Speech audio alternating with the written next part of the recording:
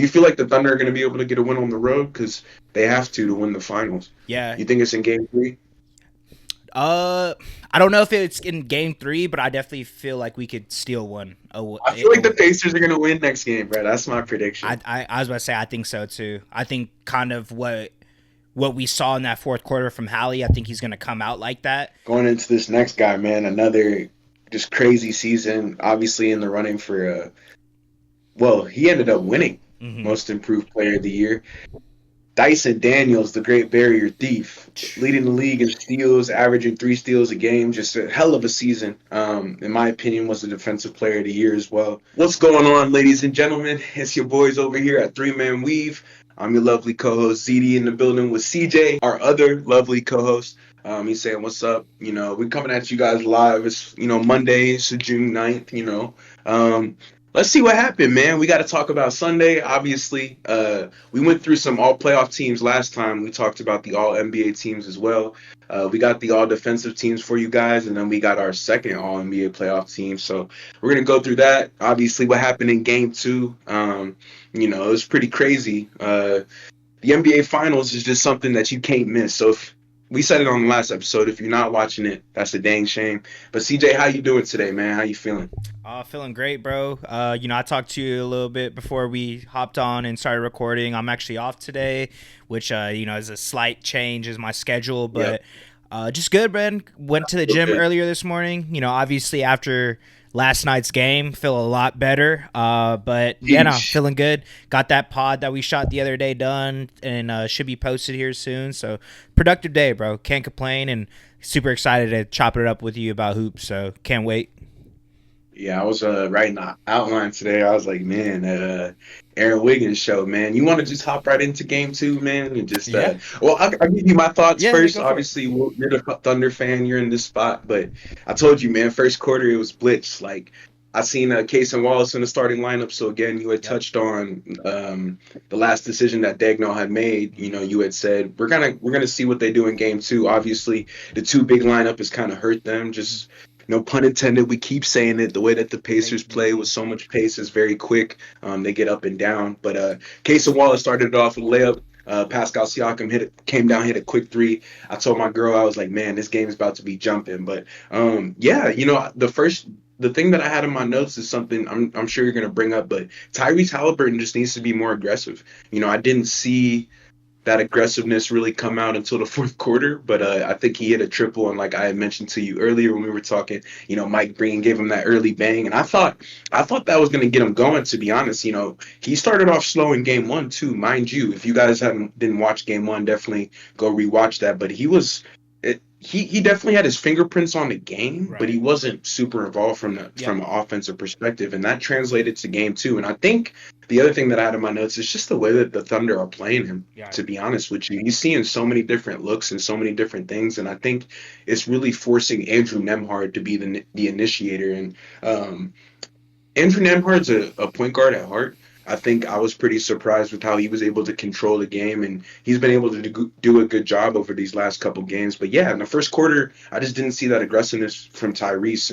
And the Thunder, man, they are all aggressive, and that's the thing that kind of separates the Thunder for the Pacers, but versus the Pacers right now is like everybody on the Thunder plays with a certain type of aggressiveness. Like I said, Case and Wallace started it off with that layup. I saw Shea getting involved. He hit that corner triple to get himself started, and I really love to see that as well. Him attempting more threes and getting involved behind the 3-point line. I think that's something that helps the Thunder a lot because it spaces out the floor and gets other people involved. I love what I saw from Chet this game. I think another thing I put in my notes was he looked way more aggressive, running the floor, being a big, continuing to find open spaces in the defense where he could take advantage of, bro. Like he got a couple punch outs. Obviously, he has a tough assignment on defense as well. Guarding Miles Turner and their other big, and Miles Turner is very skilled. I wanted to give him some credit. I had it in my notes as well, man. Obviously, that dunk on Hartenstein was crazy. When did that happen again? I forgot what quarter that happened in. I want to The say it was like third? the third, yeah, because Yeah, I I think think it that was the was when they third were quarter. down by like 20 something. So 20 something. Yeah, I was gonna say, bro, the Thunder were able to do the same thing that they did in game 1. So in the second quarter, they started piling it on, and I noticed, I was I was helping my guy Stacks shoot a music video, but I Shout had out it to on, and Stacks. yeah, shout out Stacks. But I noticed that the Pacers were just not able to keep up, and I had it in my notes too. Their bench scoring is non-existent, bro, Mm-hmm. and I think that really. It's not non-existent, but at times it can be. It's inconsistent. So I'll Very. use that word. That's It's a good word. inconsistent. So at times when you don't get the bench scoring, you don't get the bench support from those players, then it's tough to really score a lot of buckets. And the Thunder do have that, right? And getting into my thoughts about their bench, Aaron Wiggins, man. I mean, five triples in this game. I talked to CJ about it.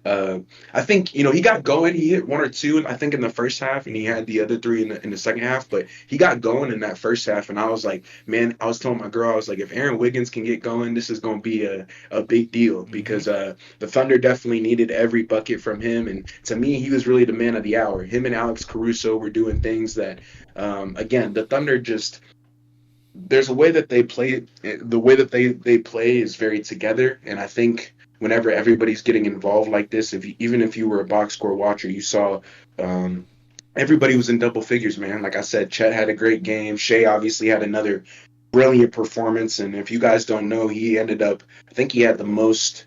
He has the most points through two The finals two games in first NBA games. history. Mm-hmm.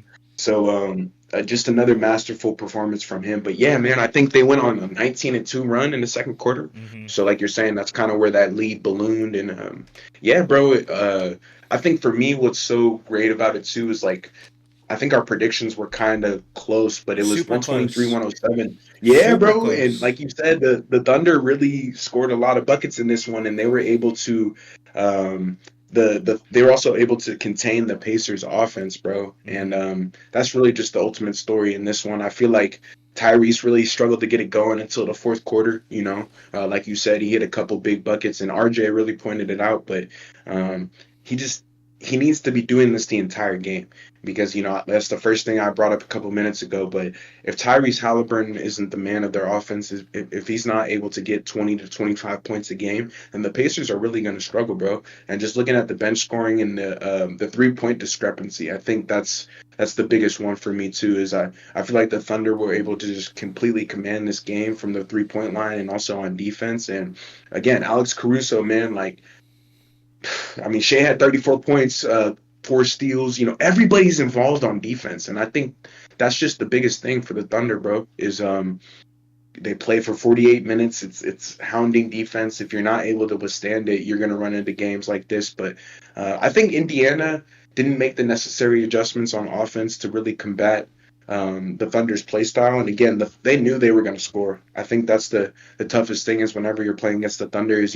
they can put up 130 points, 150 if you're not careful. So you got to be willing to play on both sides, man. I think Pascal had another decent game. I haven't talked about him yet, but he's also not in that range of the 25, 30 points to really make a massive impact on offense. So I think the Pacers just need more scoring. The 3 point discrepancy was massive in this game. And yeah, bro, Thunder, Aaron Wiggins, like I said, Caruso, like Chet, I kind of went over everybody, but they just had so many people in double figures, bro. And they just controlled the game from the tip in this one. I don't think the Pacers were able to get the lead at all. Mm-hmm. So, um, it just, I think they had the lead in the first quarter, and then they didn't lead the rest of the game. Yeah. So, Yeah, yeah, bro. bro. Game two.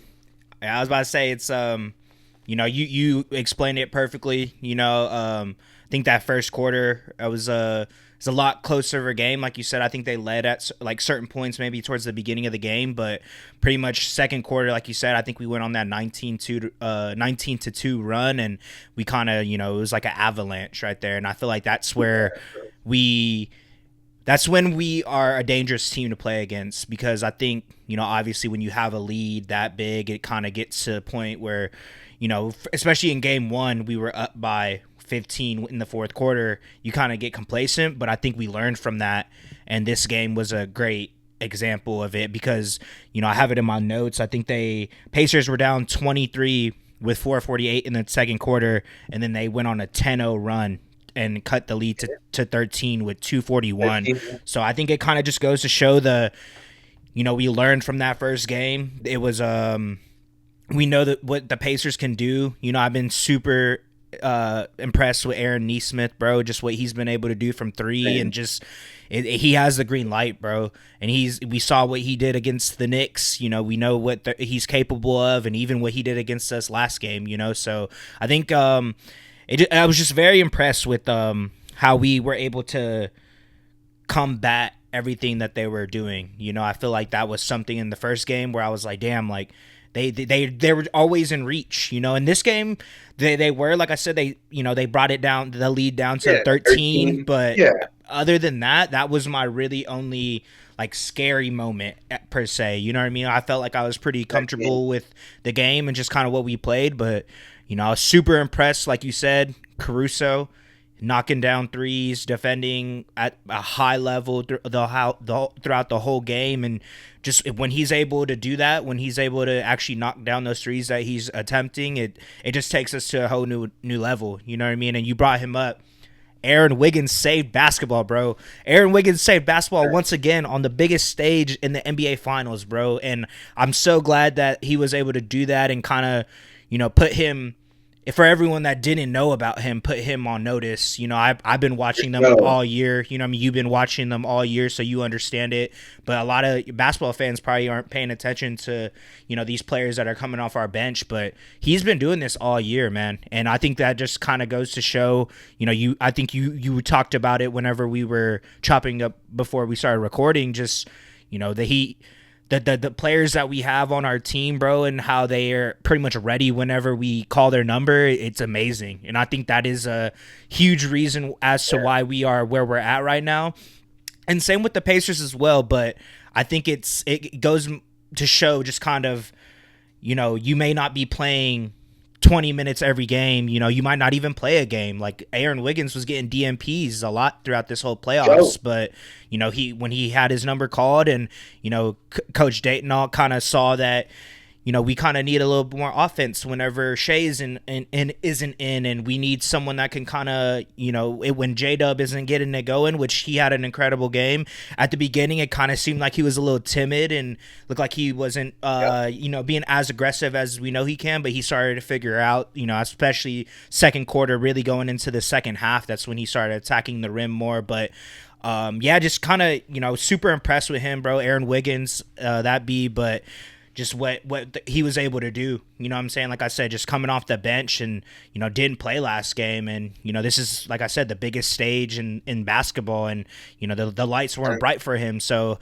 super impressed with him. And like you said, Chet, J-Dub, everyone did great. I think we had 5 of our players with over 15 plus points, which I think that was the first time that was, we always get a record like one of at those some at point. some point, and I think it was since like the Celtics or something in the 60s. So shout out to that, bro. And like you said, Shea, I mean, it's to be expected at this point, I'm not gonna lie, which I feel very privileged and honored to be able to say that about someone on my team. But he's putting that narrative of, just being a foul merchant for everyone that keeps saying that. I think he's kind of shutting that up, bro. He did get to the line a lot this game, but he's actually getting fouled. But even when he's not, the shots he's taking and making are incredible, bro. Like probably the Yeah, toughest shots that I've seen someone make in the for NBA sure. finals, and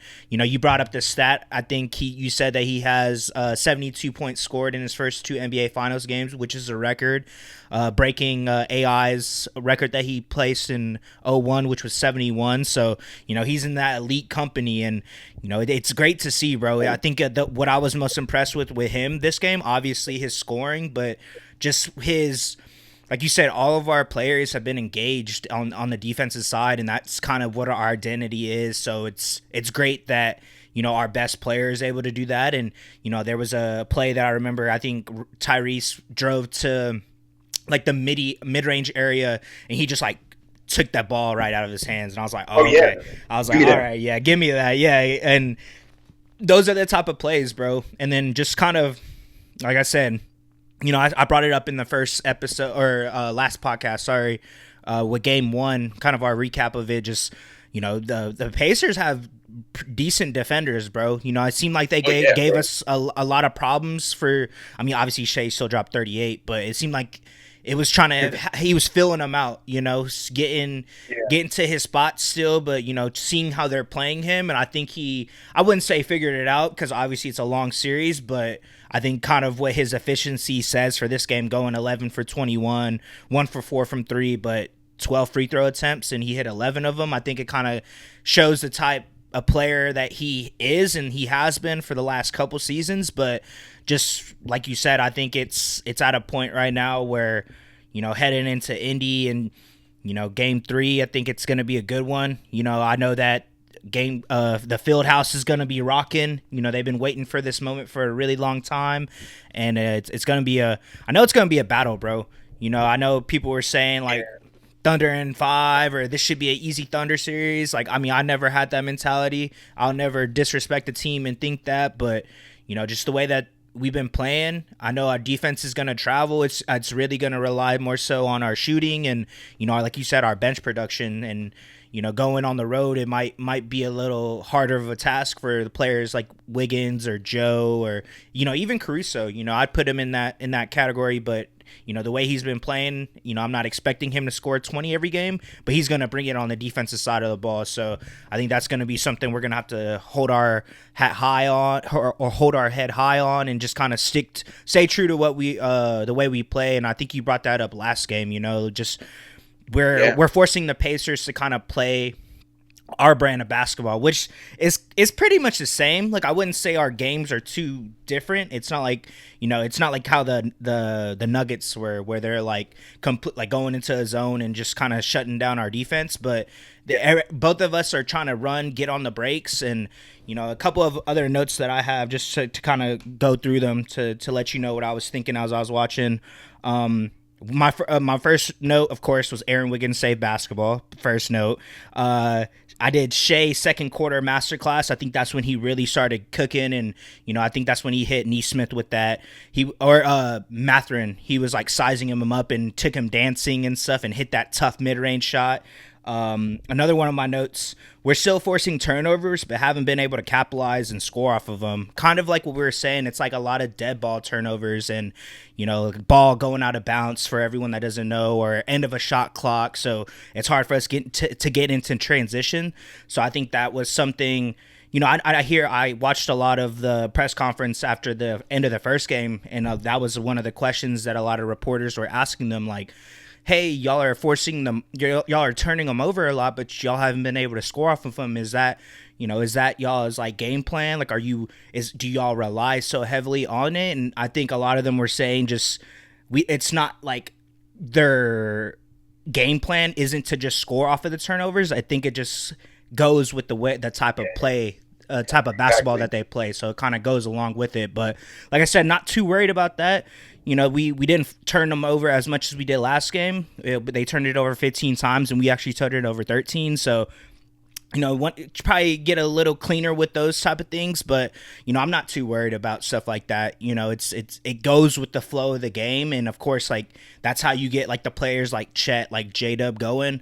But I think when we had Aaron Wiggins coming off the bench scoring 20, so it's kind of doesn't look as bad, or 18, sorry. We didn't have to rely on that as much, but yeah, dude. A couple of more of my notes. Like I said, that Pacers run, they were down by 23. There was also 3 straight offensive rebounds. I'm pretty sure you remember it at the end of the second half. Yeah, yeah, yeah. Stuff like that. At that time, of course, I wrote it down for a reason because it was very frustrating. But end result, it is what it is. But just stuff like that. It was like Chet is pretty much just looking at the ball, and it's like, man, go get that ball, bro. Like, this is NBA Finals. You know what I mean? So, that was a little frustrating. But like I said, that's just more so like hustle and stuff Yeah, like that. And of course, art. you're hard. Yeah, you're not gonna, you may not have it for 48 minutes, but you gotta have it in certain situations like that, especially going into the halftime. And you just gave them 3 opportunities to score again. So that was another one of my notes. Like I said, just more like a little nitty gritty type of things. I like that. I like that one. Another one of my ones, you brought it up with, double big lineup kind of causing us problems. I think this game, it kind of from what I was viewing, at least from a a fan perspective, a viewer of the sport, I think we should run it more often, bro. Just whenever we know what iHeart has been doing for us all season. We know what Chet can be. I think with just them two, especially with the certain lineups that the Pacers are running, it just looked like it was kind of like a mismatch for them. We were able to That's get how a lot more boards, and with the passing ability and the screener that iHeart is, it just kind of opens up the court for everyone else. And I think that was something I saw, and I had to write it down because I think the first possession that iHeart was in, he sets a good screen for Shea, and he ends up getting like a pull up jumper, and then the next one after that, he gets one of his like give and go type of things, like someone cutting back door yeah, getting a like layup. It's because they're probably not expecting passes like that. But I think it's, especially with this game, I think it probably circumstantial. I know they had it was a point of time when Pascal and or I think Pascal might have been running the five or something. So it was, we're able to kind of have that double big lineup out there, and not even uh, abuse them, but just kind of be a lot more assertive on the glass. I feel like that was something in the first game. They out rebounded us by like 20 damn near, or whatever it was. So it was good to see that because you said at the beginning, we're starting Case and Wallace, and he's usually been coming off our bench, and iHeart is starting for him. But those minutes that I saw with that double big lineup, I think maybe not run it all game, or I don't even think we should start, because I feel like with our starting lineup, where the way it looked yesterday, it looked decent. It's just certain situations we need to have those two in there because they just affect the game a lot more. I think it would be good for to have them in, or have that double big lineup in whenever Shea sits. Like, was it the second quarter? Like he usually plays like the whole first quarter, then sits like a majority of the second, and then comes in at the tail end to leading into the half. I think that's the perfect time for them to play that double big lineup, because I think it just kind of opens up the floor for everyone. Has someone initiating the offense in iHeart, and he's able to set screens for everyone to get open, and the little split seconds decisions. I think that's where we've been thriving with that lineup. So that I was super impressed with that. And another one of my ones, I mean, you brought it up as well. Richard Jefferson kept saying, whenever Halliburton started getting it cooking in the fourth quarter, he needs to play like this all game. And, I completely agree. Like I said, I'm a Thunder fan. I want the Thunder to win. But when Tyrese Halliburton is playing like that, they're a really good team. They're here for a reason. We've seen what Halliburton can do. And I think the thing with him is, you said it as well. I don't think he's not nervous. I think it's just kind of the type of player he is. He's more so passive. He's looking for a pass when in this series. If they're gonna want to win this series, he's gonna have to play assertive. He's gonna be aggressive. He's gonna have to look for his shot like he was in that first quarter. And I feel like when they're playing like that is when they're the most dangerous, because it just opens up the game for everyone else. But yeah, man, those are my notes to kind of cap off what I had, the little recap of this game. But like I said, super impressed. Aaron Wiggins, Caruso, like I said, those were definitely the players of the game in a sense, and just kind of what they've been able to do. Like you said, Lou Dort kind of went ghost this game, but like you said, when you have someone coming off your bench scoring 20, it's kind of it is what it is, because he's in there to play defense realistically. If he hits his 5 threes like he did in the first game, that's a plus, but he didn't need to do that this game, and we were able to get the win in a good fashion. So I can't complain, and just super ready for game 3, and wanted to see what your thoughts are coming up on this game 3. yeah, we'll have to see whenever we go back to the field house. I feel like Indiana's just gotta figure out a way to score more and be more aggressive. You were talking about it. I think Halliburton's got to figure out a way to put his fingerprints more on the game. I think the Thunder played pretty well on the road, but I think where the Thunder are going to struggle is like either bench players. Who's going to be able to show up on the road is going to be a big question. I think Shea's going to be there. I think J-Dub's going to be there. Caruso will probably be there, but just who's going to be able to step up for them. Like you said, you brought up a good point with Aaron Wiggins. Like, you don't get those 18 points from him, bro. You're right back in a close game. So it's you're still relying on certain people to show up, and that's important, but it's a lot tougher to do so on the road. So I don't know, man. I feel like the Pacers are they can't really match the two big lineups, so they have to play smaller, play faster to be able to combat that. And hopefully, guys like Andrew Nemhard, Pascal Siakam, they can get it going around Halliburton as well. I think they've been in search of bench scoring and consistent production from the free throw line. Trying to get their defense set. Yeah, it's tough to play against the Thunder, man. They're just so good on defense and offense. So, guys are saving energy for defensive possessions and stuff like that. But I think you're going to see the Pacers go all out. I wouldn't be surprised if they play this like an elimination finals game, and kind of throw everything at the kitchen sink. Actually, I wouldn't say they're going to throw everything at the kitchen sink, but they're going to try a lot of different things because, like you said, it's 1-1 now or 0-0 now, and it's really best of three or whatever best of. If you win best of five, Yeah, if you yeah. win these next three games, then you'll be straight. So Hmm. we'll see. I don't know. You feel like the Thunder are going to be able to get a win on the road because they have to win the finals. Yeah. You think it's in game three? Uh, I don't know if it's in game three, but I definitely feel like we could steal one. I feel like the Pacers are going to win next game, bro. That's my prediction. I was about to say I think so too. I think kind of what we saw in that fourth quarter from Hallie, I think he's going to come out like that and just kind I of said get aggressiveness. them into Yeah, like a decent position or even a lead. Honestly, I yeah, wouldn't be yeah. surprised because that's kind of what I feel like. I feel like going into this next game, being home for the Pacers, that they're going to be rocking, bro. They're like you said. I wouldn't be surprised if like you said, Obi Toppin again or even a Nemhard end up getting 15 plus. That's kind of what I'm thinking. Just because your role players play better when they're home. So I feel like someone's gonna pop off, and I feel like they'll be able to get game three, but I feel like we'll probably get still game four away from them. That's kind of like my early predictions, I guess, for these Yeah, upcoming we'll games. see.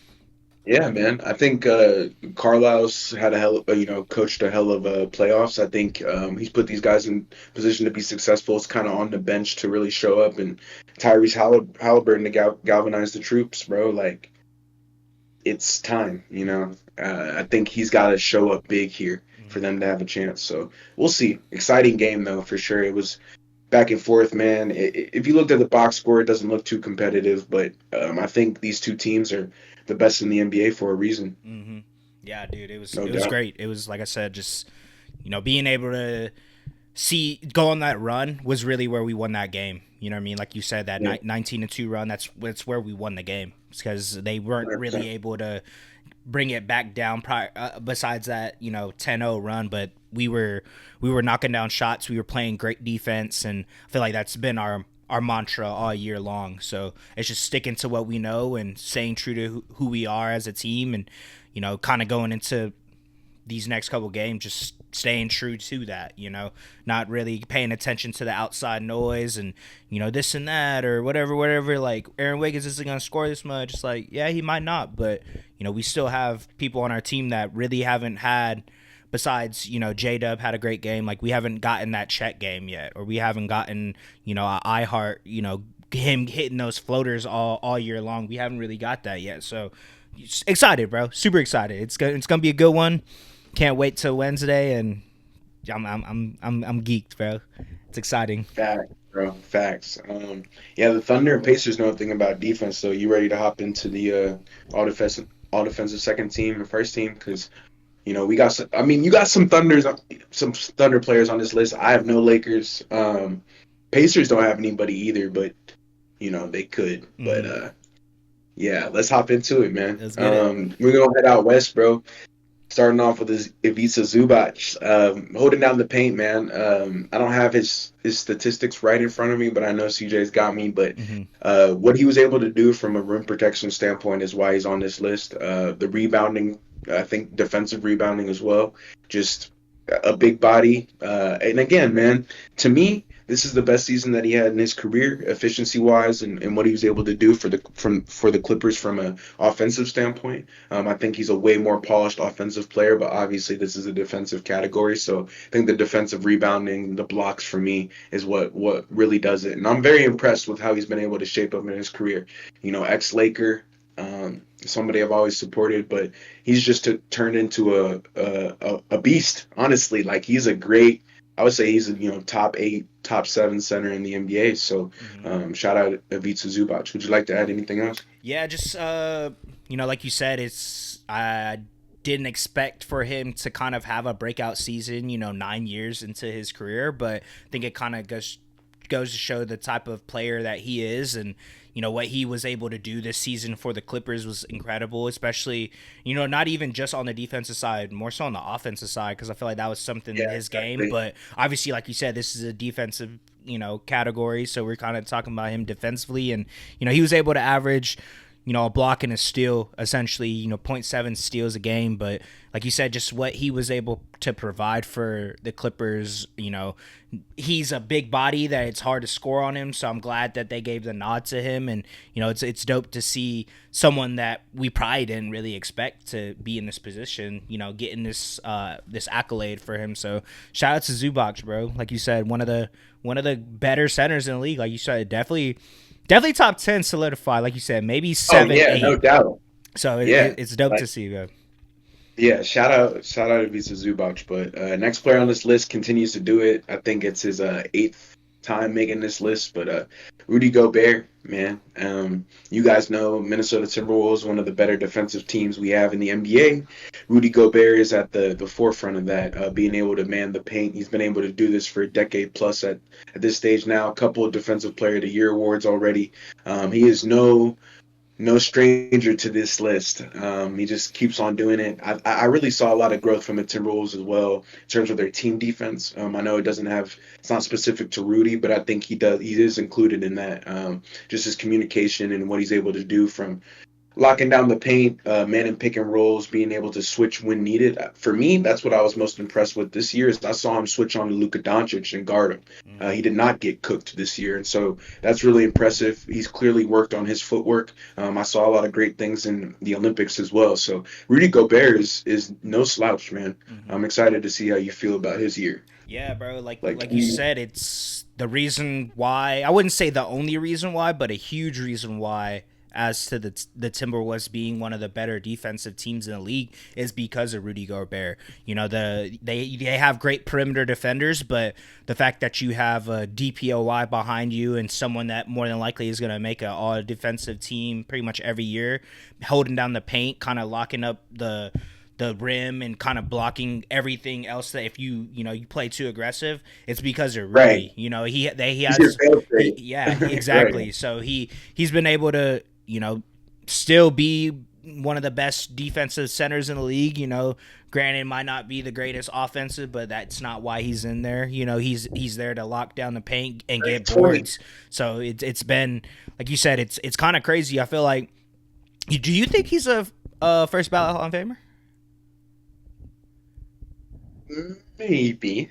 I think he has to play a little bit longer. Okay. But if he plays a little longer, yeah. I would say he has four DPOIs, so Yeah, yeah, no, for sure. you know what I Like mean. he's Like, right there. yeah, he He's very has. close. I think he's a Hall of Famer for sure. Yeah, Hall of Famer for sure. I was just wondering first ballot, but yeah, First no, ballot. it's We'll it, see. it's like I said, it kind of amazes me because I feel like when he was first coming up, it was oh dude, who's this guy from France? I remember, I think it was like it might have been like a Worlds game or something. I remember seeing, I was like, who is this Rudy Gobert guy? Just going crazy, getting blocks. I think he had like 5 blocks that game. I don't remember what game it was exactly, so don't quote me. But I just remember seeing him getting all the rebounds and getting blocks like crazy. And that was kind of, like I said last time, it was written on the wall, and it was kind of showing everyone that was paying attention kind of the player that he was going to be. And like you said, defensively, one of the best, obviously. So granted, he was well awarded for this. It's something dope to see because, like I said, I feel like he gets a lot of flack on him about on the offense side, but we know what he's gonna do defensively. So shout out to Rudy For Gobert, bro. sure. Yeah.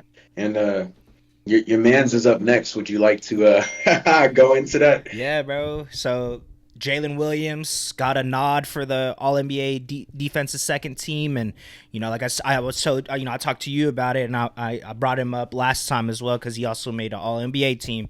It was just For me, I think it was because of how versatile he was for us. You know, he was able to guard 1 through 5 this whole season, played this a bunch of the season, like I said last pod, as a center, which is really unheard of to me. I've never seen someone 6'6" being able to play at the center position, and we had no choice. So the fact we were able to, win without a true center just kind of showed to me like, okay, it's more than just, you know, there might have been other players that were better defensively, but I think it was just the versatility that he provided for the Thunder and just kind of being able to guard on the perimeter. And he averaged a block and 2 steals this year. So just kind of being able to guard one of the better perimeter players and also being able to get blocks on centers as well. It was just kind of blew my mind pretty much this whole season. Just kind of what he was able to be for us this year. He was a huge contributing factor to us winning 68 games. So yeah, that's really really all I gotta say about him, bro. Yeah, yeah, I don't have much else to say. I think J Dub is, he said it last time, writing on the wall, but he's always been a great defender, man. I think he's always relied on his defense to help him out with his offense. I feel like he's the type of player that gets going from his defense, and it showed this season, and he's been relentless all year. He can guard 1 through 5, like you're saying, and was even guarding Nikola Jokic this year. And yeah, he's just his growth for me has been, extremely, extremely great. I think the Thunder had the best team defense this year as well. So he had a bunch of guys around him that helped him out, was collectively had his back, and I think that only improves your defense as you go along. But yeah, Jalen Williams, man, just the steals. Obviously can get some blocks too with his long wingspan, and he guards every night. So I think he's definitely, and him and Evan Mobley are the only two players on this list to also make an All NBA team as well. So props to Jada, man. I think CJ summed it up pretty perfectly. But next guy on this list, Triple J, man, Jaren Jackson Jr. Guards 1 through 5, had another great season this year. Barely missed the first team. For me, it's just his versatility, bro. I think we saw it even in the Thunder series, but he's just able to guard everybody, and I think his consistency on defense, right? Former DPOY, usually finishes in the top 4. He's just amazing, man. He's a all caliber type of player. Obviously, he's improved his offensive game, but his defense has always been something he's been able to rely on, kind of similar to Jalen Williams. But really where Memphis needed to see growth was on the offensive end. But I think what he's been able to do on the defensive end for them, being their main force, obviously guarding the best player every night, I think it just says a lot about where he is as a player. I saw him locking up AD, trying his best on Chet. He guards everybody, bro. And he was an all-star this year, right? Yes. So yeah, man, another all-star appearance this season. And yeah, man, I think Jaren Jackson Jr. is kind of grown into the type of defender that he is, man. He had to learn a lot of things, especially early on in his career as a rookie, that were kind of hurting him, especially, post defense, defensive rebounding. Sometimes the effort wasn't there, but the athleticism and the intellect was always there, and he's put it all together. Mm-hmm. Yeah. Yeah, I was about to say you summed it up perfectly. I think Jaren Jackson. Obviously, you said won a DPOY already. He's always been a great defender, and I think with him, the thing that impresses me the most is just like I was saying for J-Dub, just kind of his versatility. Triple J is a big man, but he can also guards. You know what I mean? So it's great to see someone be able to do that at such a big size. He's 6'10", able to get low and guard pretty much anybody on the court. So I feel like that's the reason why we gave him, or they gave him, the nod to be on the defensive team, and just kind of, like you said, obviously what he was able to do on the offensive side is a whole different story, but what he was able to do consistently every year on the defensive side is also very impressive. So shout out to Triple J, bro. Keep Yeah, killing 100%. it. Just I wish he would get a little more rebounds, but that's just more so a me thing. But he's doing everything I else on the said court. sometimes his effort isn't always there. I think he could definitely be grabbing 13 or 14 rebounds as well. Mm-hmm. But yeah, man. Next player on the list, Tumani Kamara, who, Mm. in my opinion, is one of the more underrated players we have on this list and in the NBA. Guy can guard 1 through 5, but I think what I was most impressed with is his ability to guard superstar players. He's accumulated a highlight tape of stripping Shea, MVP, guarding Jokic. You know, he guards everybody. And the Blazers don't have anybody on their team who can really play defense like him. And he's going to be expected to do a lot. I think what Chauncey's asked him to do is improve obviously his offensive game, but focus on that defense. And I think he really had a breakout season this year in terms of obviously his rebounding, but his steals, his blocks, and he's a longer defender.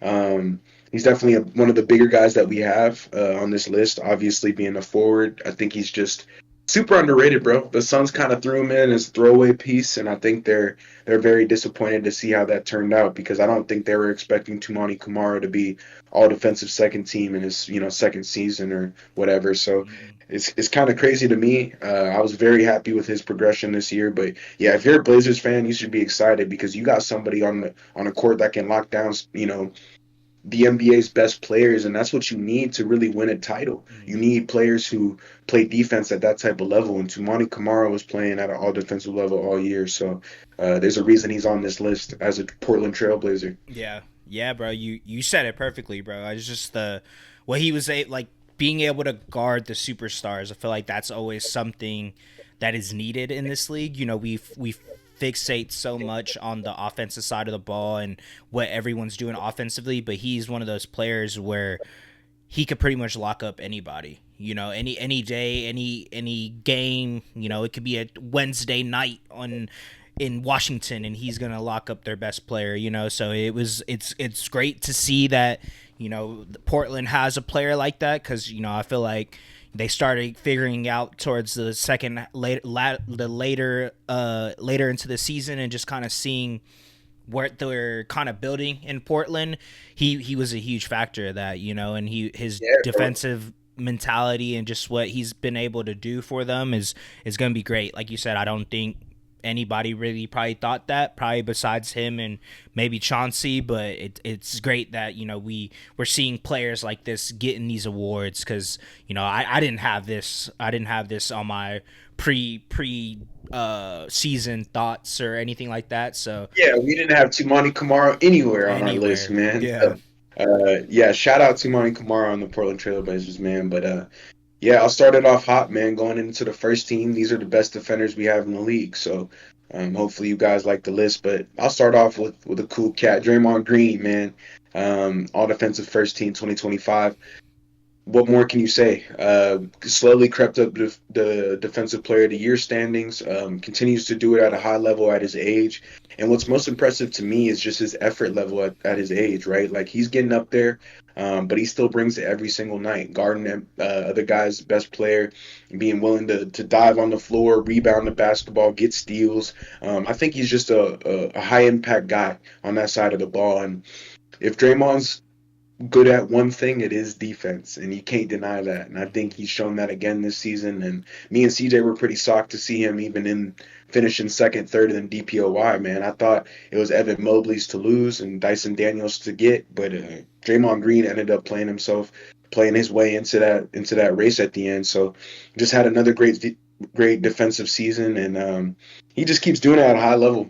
He's a first ballot Hall of Famer, no doubt, no Mhm. questions asked, and he just keeps doing it, bro. Yeah, yeah, like you said, bro. It's we know the type of defensive player that Draymond is, and he might not do anything else at a high level, but we know that we're gonna get the defense, and that you're gonna get like the leadership. I feel like the Warriors, obviously with Steph and Jimmy, that Jimmy being added was a huge factor as to why they got so good. But Draymond is also the anchor of their defense, so I feel like him being on this first team was, like you said, I feel like he kind of talked his way into getting into those DPOY conversations, but I mean, he was playing at a super high level all season. I feel like that's something that is, people tend to forget about. We talk about it a lot throughout this whole year of us shooting, and the season's long, and he was able to be consistently good on the defensive end every single night in and night out. So it's great to see that, and I feel like with him, it's he, like you said, he's like he's their glue. He's what keeps them together, what keeps them playing, and keeps them level headed. So I feel like it's his stats may not jump off the page at you and stuff, but it's something more than just the counting stats. You need to watch the game to really understand what he contributes to on the defensive side of the ball for the Warriors. So shout out to Draymond, bro. Keeps Sure. being great, and it is a high level defender. So shout out to him. I think I said a while ago something about Draymond. He's like one of those players that I would want on my team. Just to have defensively and like a leadership role, and being able to get boards and pass every now and then too. So he's just kind of like a Caruso type. I wouldn't compare them. They're not one and the same, but that same type of game, I guess. Like if you get a good game from Draymond shooting from three, then it's like, oh shit, like that's plus. We know what we're gonna get on the defensive side, and that's kind of how I see like Caruso in a sense. Obviously not comparing them, but more so comparing their like style of play, I guess.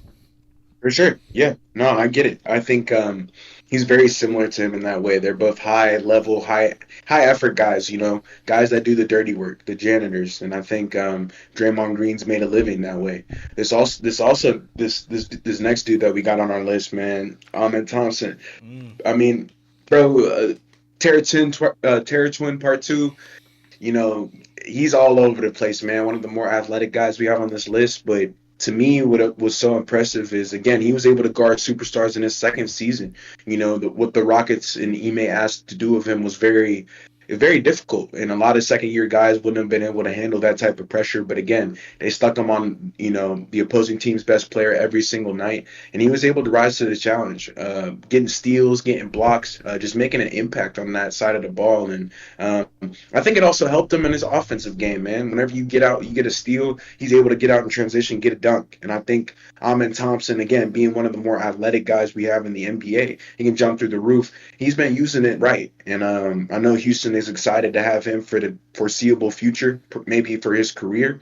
But ultimately, he's been a menace on that side of the ball since he came into the league. And I know me and CJ have been waiting for the offense to come around. And again, he had another great year on that side of the ball too. But we knew this was coming. He's going to make a lot more all defensive teams in his career, and I'm excited to see his future. But he had a great year for the Rockets, man. Just guarding Curry in the playoffs, guarding Shea. Like he did it all. So shout out Amin Thompson. Yes, sir. Yeah, bro. It's for me. It's just the versatility of what have him and just what he was able to do on the great players in this league, and even in situations, they would run small ball every now and then. He's able to guard it big as well. It's just I keep bringing it up, but I mean, this is why they're on the team, all NBA teams for a reason. A lot of these defenders are super versatile and are able to guard 1 through 5. And like you said, what he was able to do against Curry, give him, a little bit of problems. Curry is still going to do what he does, but I feel like he wasn't going nuclear every single game because of the defense that Amen Thompson was, guarding him with. And it's just great, bro. Like you said, second season in the league, all NBA first team. It's incredible. Like you said, the offensive side is gonna get there. I feel like towards the half end of the season, he started to kind of figure it out a little bit. But just what he was able to do on the defensive side, bro. He's one of those players where you see him on the court, it's like people are kind of avoiding him in a sense, like trying to like have him in the corner more than likely, even when, he's guarding one of the best players, they kind of will have plays set for like, all right, go in the corner for a sec, we got to get away from that guy. And I feel like that's, like you say, he's just a disruptor, and what he being super athletic, just being able to, you think it's a open lane and he just comes out of nowhere and just, it's just insane, bro. So it's great to see. Like I said, second year in the league and already an All NBA defender. Super bright future. Can't wait to see what he ends up doing this upcoming season, bro. For sure. Next guy I have on my list is Lou Dort. Mm. Just I don't know, man. For people who were doubting kind of what he's going to be in his story, coming from the bubble, obviously they struggled. The Thunder were, James Harden somehow got a block, whatever. But Lou Dort's completely turned himself into the machine that he is. He plays with effort every single night. for me, what I'm most impressed with is again, bro, just his ability to guard bigger people. I think it's one thing, Lou Dort's he's a stocky guard for sure, but he's not 6'7", 6'8", and he's out there guarding centers, getting steals. Again, for me, it's just he's a defensive rock. That's kind of the way that I described him in my notes. And we've seen it in the playoffs, his consistency on that side of the ball. And I think he just adds so much to the Thunder team, man.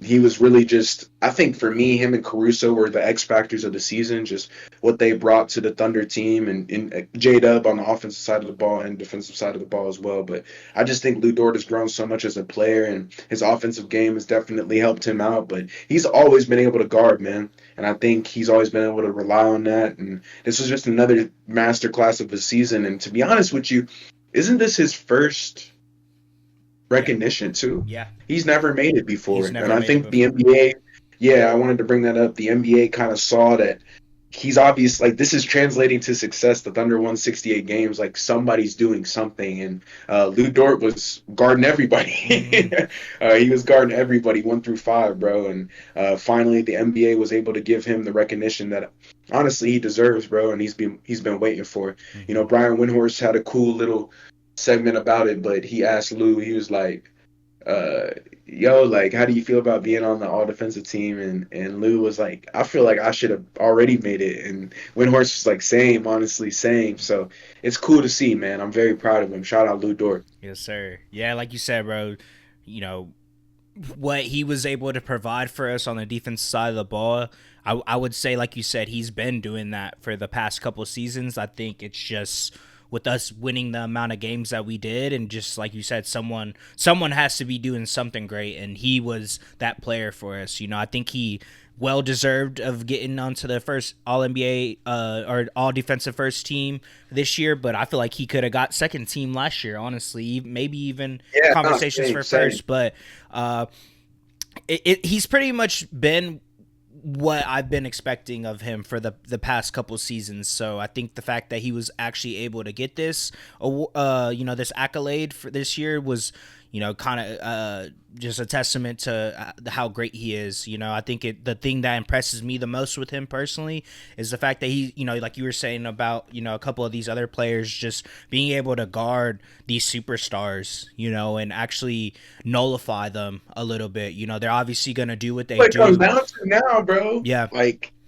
can you guard the 1, 2, or 3 people they got that are all stars on the Yeah. other team? Yeah, bro, and he did a great job. I don't have the numbers, in front of me exactly, but I know a lot of the good players in this season.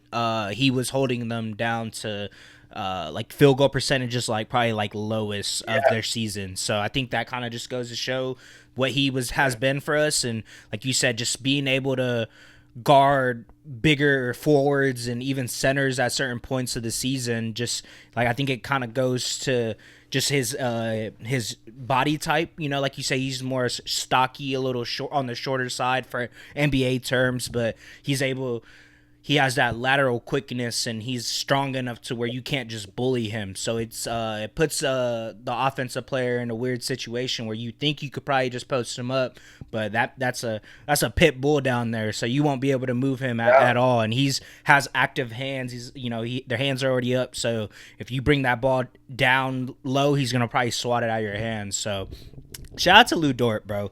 We give him for love sure. on this podcast, obviously, because I'm a Thunder fan, and you've been keeping up with them. You keep up with all the hoops, but we seen what he's been able to do and the impact that he's had on this team. But I'm so glad he was able to get this accolade, bro. It's huge for us.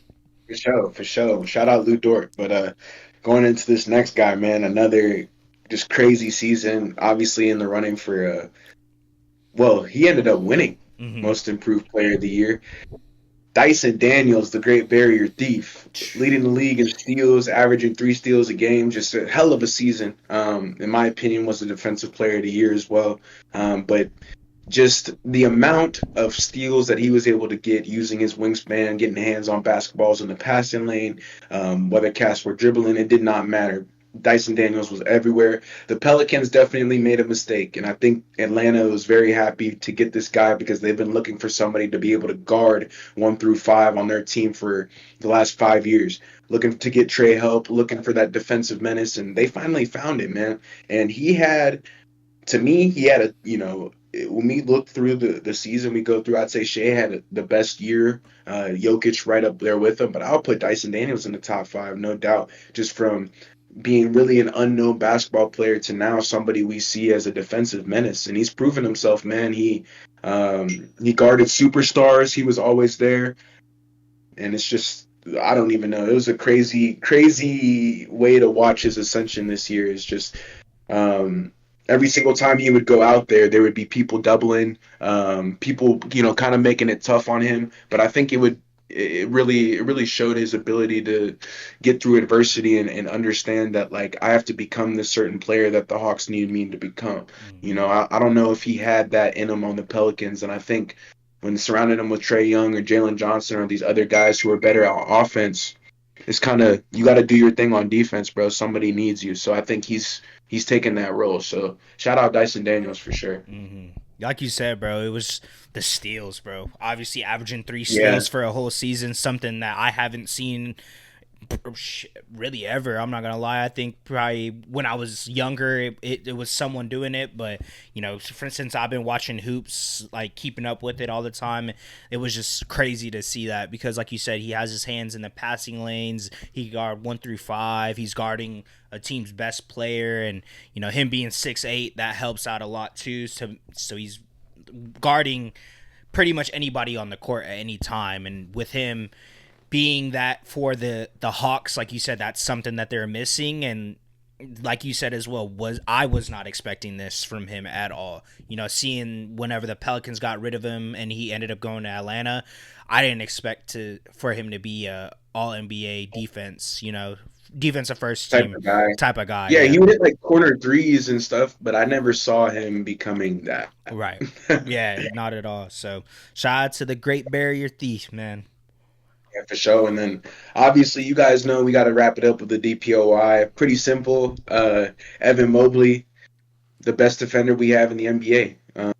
You know, he's been able to do this over the last few seasons. For us, it was probably the offensive game that really surprised us the most. But just what he was able to do in the block department, the defensive rebounding department, being uh, honestly the driving force behind Cleveland's defense. I think Evan Mobley he's just an all world player, bro. Like he really, the thing obviously was his getting a handle, getting a jump shot, all that stuff. But he's always been engaged on defense. You said this last podcast, from USC. That's kind of why he got drafted. Is the Cavs thought his defensive game would be able to translate in the NBA, and it has, bro.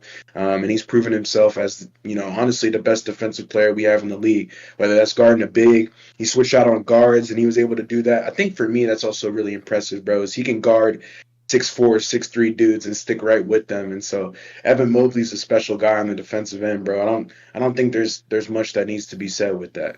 Yeah, yeah, like you said it perfectly, bro. Don't have Like really much to say. 64 win team, Yeah, yeah, he was the reason why the Cavs had such a great defense. Yeah, pretty much, bro. Like, and I don't know if you take Evan Mobley off that team, I think they don't win a lot of games, man. Mm-hmm. Like I would say he's just as important as Donovan Mitchell is.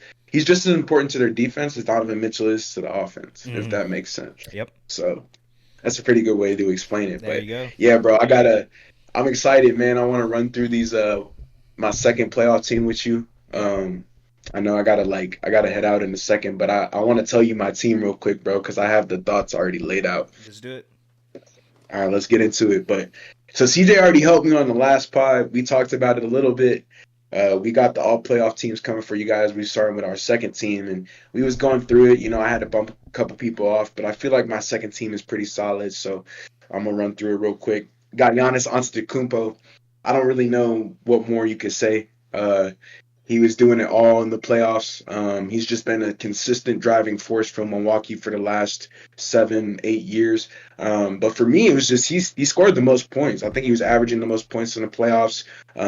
Whenever Dame went down, there was really not much he could do, but he was still getting 30, 38 points with 14 boards, almost triple doubles and stuff like that. So Giannis was contributing at a high level, even though he only played one playoff series. And I think I got to give him the nod just because of how dominant he is, bro. So there's really, I know you don't disagree with that one at all. He's on my team as Uh, well. Our lists might be the same. I'm not gonna lie to you because we kind of made it all together. So, okay, I but got Kawhi Leonard next. mm-hmm, He's been nails. yep, For people who didn't watch the playoffs, in the Clippers, James Harden and Kawhi Leonard were doing it all, man. And Kawhi had that one game where he shot like 90% from the field and went crazy. And it's just his efficiency, bro. Almost shot 50, 40, 90 in the playoffs this season. And for me, it was just he came back and he didn't miss a beat. I think people forget how dominant Kawhi is.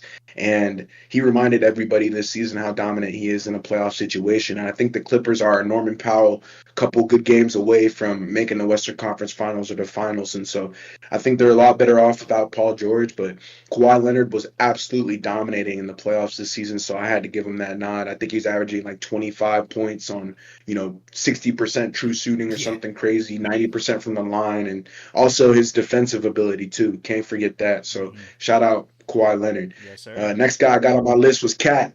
Yep, Carl Anthony Towns, the big bodega, best, the greatest big man shooter ever. I don't know. He showed up in the playoffs for me this season, bro, and I think people have waited for his aggressiveness in the regular season to translate to the playoffs, and I think this season it finally did. Whether that was because of Jalen Brunson and OG McCall, like that's all, obviously he had more space to operate with, but I still think he was contributing at a high level this year, and it helped the Knicks get to the Eastern Conference Finals, bro. I mm-hmm, think if they don't have Cat, they're not in that position, and he really changed their offense and his ability to shoot from deep. I think he was shooting like 40% in the playoffs this year, so averaging that double double too. So another great performance from him. That regular season performance really translated over to the playoffs, and he really didn't have too many duds. And you have Cat on your team? yeah, yeah. So far, we have the same exact team. Oh man. Next guy I got is Jason Tatum. Unfortunately, tore his Achilles, Yep.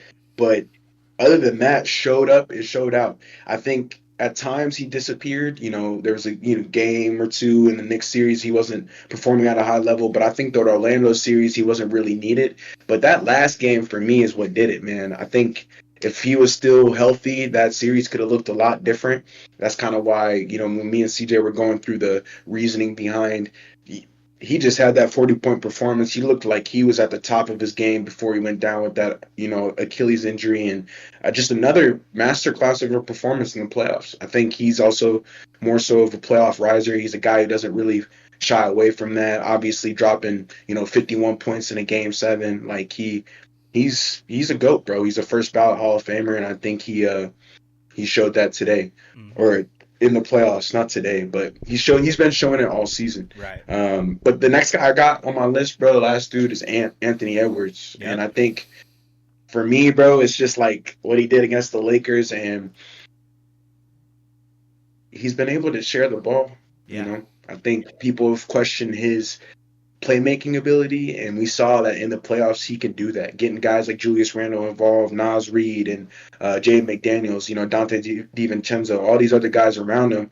Ant's kind of at the hub of the center of attention, so he has to kind of control the offense and really dissect it and understand where he's trying to go. And for me, I was just super impressed with that, bro. I think the scoring is one thing and the 3-point shooting is great, but for him to really grow as a player, I think he has to learn how to really fight double teams in the playoffs and really make playmaking decisions. And I saw a lot of great stuff from him in these playoff series. So I'm proud of Ant. Those were my 5 guys. I feel like all the reasoning was pretty solid. But yeah, Ant, Tatum, Cat, Leonard, and Giannis. So Yeah. that's what I got. Yeah, I would say that's literally my list too, bro.